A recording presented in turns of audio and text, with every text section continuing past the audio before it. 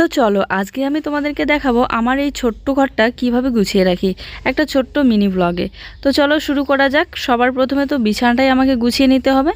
ঘরের চারিদিকটা যতই গুছিয়ে রাখো না কেন, যতক্ষণ পর্যন্ত বিছানাটা টান টান করে গোছানো না থাকে ততক্ষণ পর্যন্ত কিন্তু দেখতে সুন্দর লাগে না। আগে কিন্তু একটা লাল রঙের বিছানার চাদর ছিল, ওটা তুলে নিলাম আর চেঞ্জ করে এই সাদা রঙের বিছানার চাদরটা একটু টান টান করে সুন্দর করে গুছিয়ে রাখলাম। আর তারপরে এই বালিশগুলো ঝেড়ে ঝুড়ে একটু সাইড করে রাখবো। আর তার সাথে কালকে কিন্তু কোলবালিশের কভারটাও ধুয়ে দিয়েছিলাম। তবে আমার কোলবালিশের কভারটা একটু চেঞ্জ করতে হবে, একটা নতুন বালিশের কভার কিনে নিতে হবে। তার কারণ হচ্ছে এই বালিশের কভারটা দেখো এই সাদা রঙের বিছানার চাদরের সাথে একটুও মানায় না, আর তার সাথে জুয়ের এই ছোট্ট বালিশ কভার। তারপরে বিছানাটা একটু ঝেড়ে ঝুড়ে রেখে দিলাম। আর আমাদের গ্রামে এই যে নারকেলের ঝাড়ুটাই সবাই বেশিরভাগ ব্যবহার করে, বিছানা ঝাড়ার জন্য আলাদা করে রাখে, আবার ঘর ঝাড়ার জন্য আলাদা করে। তো তারপরে এই যে বললাম না লাল রঙের বিছানার চাদর বিছানা ছিল, এটা একটু ভাঁজ করে রেখে দিলাম, পরে ধুয়ে দেবো। আর তার সাথে আমি কিন্তু র্যাক ঝুড়িটাও সুন্দর করে গুছিয়ে রাখলাম।